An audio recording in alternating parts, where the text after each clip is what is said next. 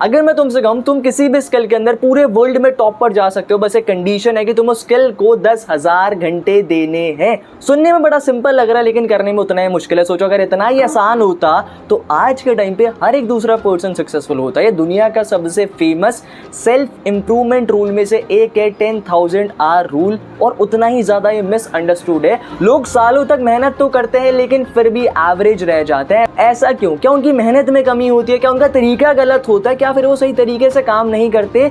आज इस वीडियो के एंड तक आप 10,000 आवर रूल की असली रियलिटी के बारे में जानने वाले हो, और मास्टरी क्या होती है इसके बारे में भी आप आज जानने वाले हो। अब सबसे पहले ये समझते हैं रूल आया कहाँ से। 2008 की बात है। एक ऑथर मैल्कॉम ग्लैडवेल ने अपनी एक बुक आउटलायर्स में एक साइकोलॉजिस्ट के बारे में बताया था जिनका नाम है एंडर्स एरिक्सन।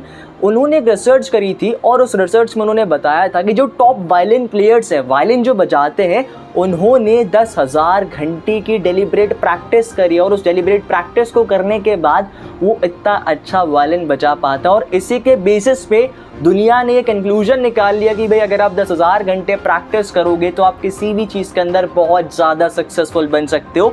लेकिन ये सबसे बड़ा मिसकंसेप्शन था। इसको देखते हुए लोगों ने 10,000 घंटे देना तो स्टार्ट करा, कई सालों तक मेहनत करी, लेकिन लोग फिर भी एवरेज रह गए। रिसर्च का मतलब ये नहीं था कि यार आप किसी भी चीज़ को 10,000 घंटे दो और आप उसके अंदर सक्सेसफुल बन जाओगे। आप किसी भी चीज़ के अंदर मास्टरी हासिल करना चाहते हो, उसके लिए आपको लॉन्ग टर्म तक उस चीज़ को करना पड़ेगा, और साथ साथ में आपको क्वालिटी पे भी फोकस करना पड़ेगा। लोग ना बहुत सारे मिसकंसेप्शंस को डेवलप कर लेते हैं इसके रिगार्डिंग। वो मेहनत तो करते हैं, वो बिजी तो रहते हैं, लेकिन अपने आप को इम्प्रूव नहीं कर पाते। अब एक एग्जाम्पल लेते हैं। एग्जाम्पल में क्या है, दो स्टूडेंट्स एग्जाम की प्रिपरेशन कर रहे हैं। एक है स्टूडेंट ए और एक है स्टूडेंट बी। जो ए स्टूडेंट है वो बहुत ज़्यादा पढ़ाई करता है, बहुत ज़्यादा पढ़ाई करता है, पूरे दिन पढ़ाई करता रहता है। पढ़ाई के अंदर पता है क्या करता है? पढ़ाई के अंदर वो ऐसे टॉपिक्स की पढ़ाई करता है, ऐसे टॉपिक्स को चूज करता है जिन टॉपिक्स के अंदर वो ऑलरेडी अच्छा है। लेकिन जो स्टूडेंट बी है वो पढ़ाई तो करता है दिन में सिर्फ 4 घंटे, लेकिन ऐसे टॉपिक्स पर पढ़ाई करता है, ऐसे टॉपिक्स को पढ़ता है, उनका रिवीजन करता है जिसके अंदर वो बिल्कुल भी अच्छा नहीं होता। वो मॉक टेस्ट की प्रैक्टिस करता है, अपने टीचर के पास जाता है,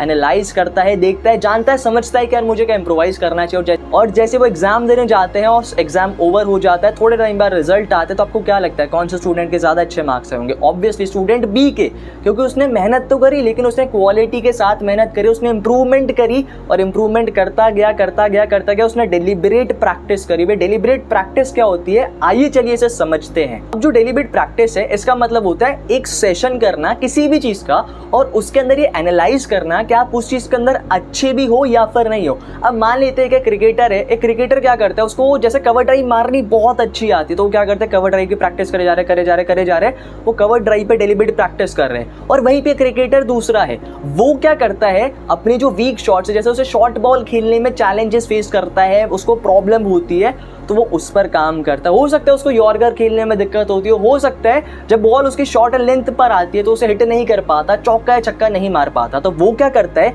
इन्हें लिखता है, इसको एनालाइज करता है, और हर एक सेशन के अंदर जो भी वो शॉट में वीक है उस पर वो फोकस करता है, अपने कोच से पूछता है मुझे क्या इंप्रूव करना चाहिए, एनालाइज करता है। अब इससे हमें क्या जानने को मिला, डेलिब्रेट प्रैक्टिस का मतलब ये होता है जिस चीज़ के अंदर आप बहुत ज़्यादा वीक हो उस चीज़ को इंप्रूव करना, उस चीज़ पर काम करना और करते रहना, ये डेलिब्रेट प्रैक्टिस होती है। अब होता क्या है ना, ज़्यादातर लोग 5 साल के अंदर भी एक्स्ट्राऑर्डिनरी बन जाते हैं, और कुछ लोग होते हैं जो 20 साल बाद भी एवरेज ही रह जाते हैं। अब सवाल ये आता है कि हमें 10,000 घंटे देने हैं। द आंसर इज नो, आपको 10,000 घंटे नहीं देने। देखो किसी भी चीज के अंदर किसी भी पर्सन को हो सकता है ज्यादा टाइम लग जाए, हो सकता है किसी पर्सन को कम टाइम लग जाए। आपका जो मेन फोकस होना चाहिए वो मेन फोकस होना चाहिए कि मैं हर दिन अपने आप को 1% इंप्रूव करता जाऊं।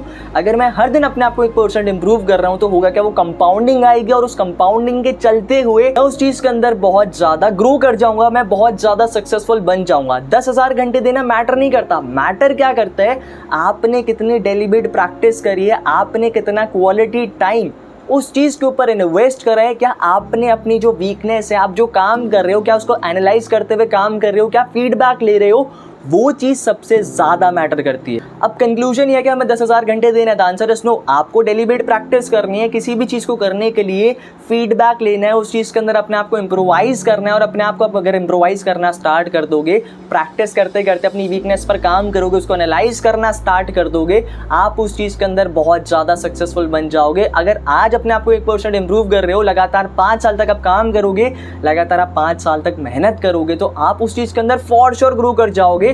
तो ये कोई शॉर्टकट नहीं है, 10,000 घंटे आपको देने ही देने हैं, डिपेंड करता है आप कितनी क्वालिटी के साथ किसी चीज़ को कर रहे हो। यही पे इस वीडियो को एंड करता है। होप आपको ये वीडियो पसंद आई होगा। अगर वीडियो पसंद आई तो लाइक कर देना, चैनल को सब्सक्राइब नहीं करा है तो सब्सक्राइब कर लेना, और अगर इंस्टाग्राम पे फॉलो नहीं करा है ना यार, तो फॉलो भी कर लेना।